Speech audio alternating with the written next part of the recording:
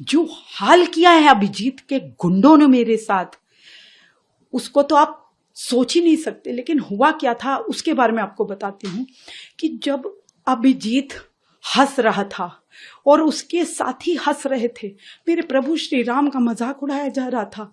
Stage पे ये लोग हंस रहे थे, मेरी सीता मैया का मजाक उड़ाया जा रहा था, प्रभु राम का मजाक उड़ाया। मुझे ये सब देखा नहीं गया और इसी के लिए मैं वहां गई थी। और मैंने अभिजीत की जो शाही हवा में फेंकी थी अभिजीत के ऊपर, वो इसलिए फेंकी, वो मेरा विरोध करने का एक तरीका था, क्योंकि मेरा मन बहुत आहत था। मैं क्या करूं, मैं एक प्राउड सनातनी हूँ, प्राउड हिंदू हूँ, मैं एक कट्टर हिंदू हूँ।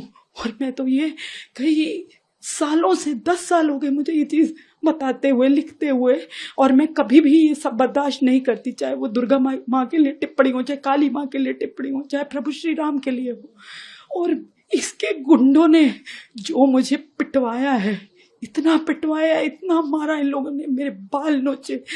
ये देखिए, ये देखिए, ये मेरी यहाँ पर सब जगह पे इन्होंने खरोचे मारी हैं, मेरे ब्रेस्ट को दबाया, मेरे हाथों को ये उंगलियां सूज गई हैं।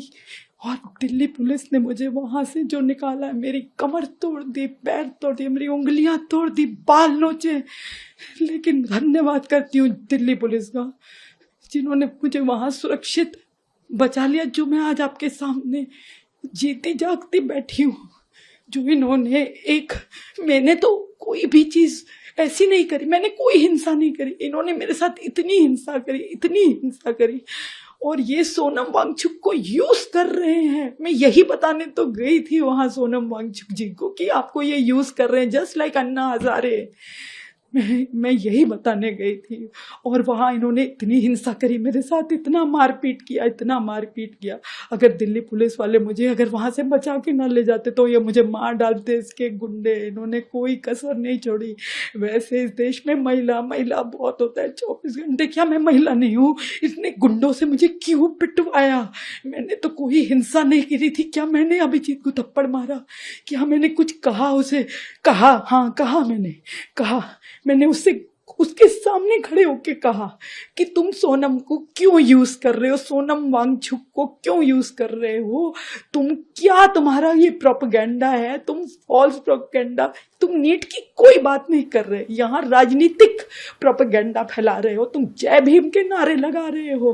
और तुम मेरे जय श्री राम कहने पे भी लोगों को वहां बहुत आपत्ति थी। क्यों ना कहूं, मेरे प्रभु राम जो है मेरे लिए सर्वोपरि, इस देश में सबके लिए, ये देश, ये राष्ट्र के लिए सबसे सर्वोपरि है मेरे प्रभु राम। और मैं जय श्री राम आज भी कहूंगी, कल भी कहूंगी। मैं कट्टर सनातनी हूं, मैं मरते दम तक मार डालो मुझे, पर मैं जय श्री राम कहूंगी, कहूंगी, कहूंगी।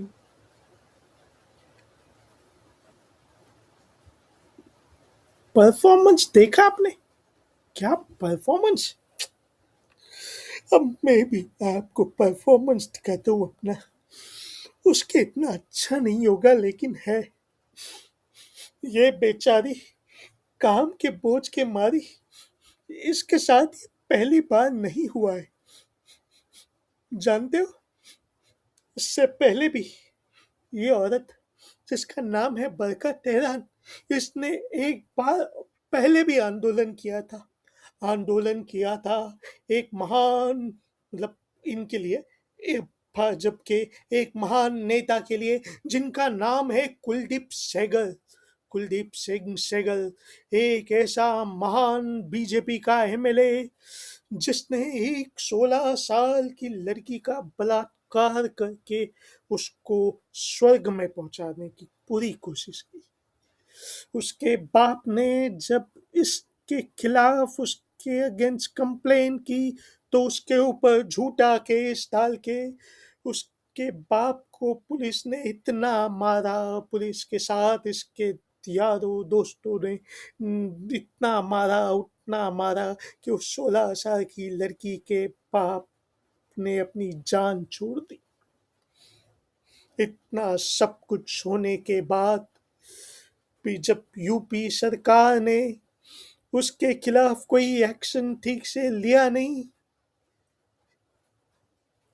तो योगी जी की सरकार में इस लड़की ने जब केस चलाया और उसे सजा हो सकती है ऐसे लगा, तभी तभी तभी इस लड़की की उसकी दो चाचियां और उसका वकील जिस गाड़ी से जा रहा था, उस गाड़ी को एक अज्ञात ट्रक ने आके ठोकर मारी, जिसमें उसकी दो चाचियां, जिसमें से एक दो आंटियां, जिसमें से एक की विटनेस थी, वो मर गई। ये लड़की और उसका वकील बड़ी गंभीर तरीके से जख्मी हुए।